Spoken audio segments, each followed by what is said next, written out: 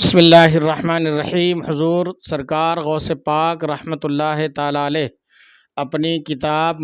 غنیۃ الطالبین کے اندر ارشاد فرماتے ہیں اور یہ روایت نقل کرتے ہیں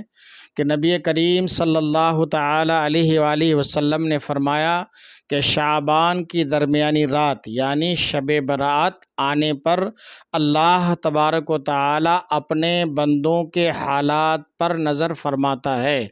مومنوں کو بخش دیتا اور کافروں کو ان کی حالت پر چھوڑ دیتا ہے، اور کینہ کرنے والوں کو بھی ان کی حالت پر چھوڑ دیتا ہے، یہاں تک کہ وہ بغض اور کینہ ایک دوسرے کے خلاف رکھنا چھوڑ دیں۔ اسی ضمن میں آگے فرماتے ہیں کہ فرمایا کہ جس طرح زمین پر مسلمانوں کی دو عیدیں ہوتی ہیں، اسی طرح آسمان پر فرشتوں کی بھی دو عیدیں ہوتی ہیں۔ مسلمانوں کی عیدیں عید الفطر اور عید الاضحیٰ کے دن ہوتی ہیں، اور فرشتوں کی عیدیں شب برات اور شب قدر میں ہوتی ہیں۔ فرشتوں کی عیدیں رات میں اس لیے ہوتی ہیں کہ وہ سوتے نہیں ہیں، مسلمان چونکہ سوتے ہیں اس لیے ان کی عیدیں دن میں ہوتی ہیں۔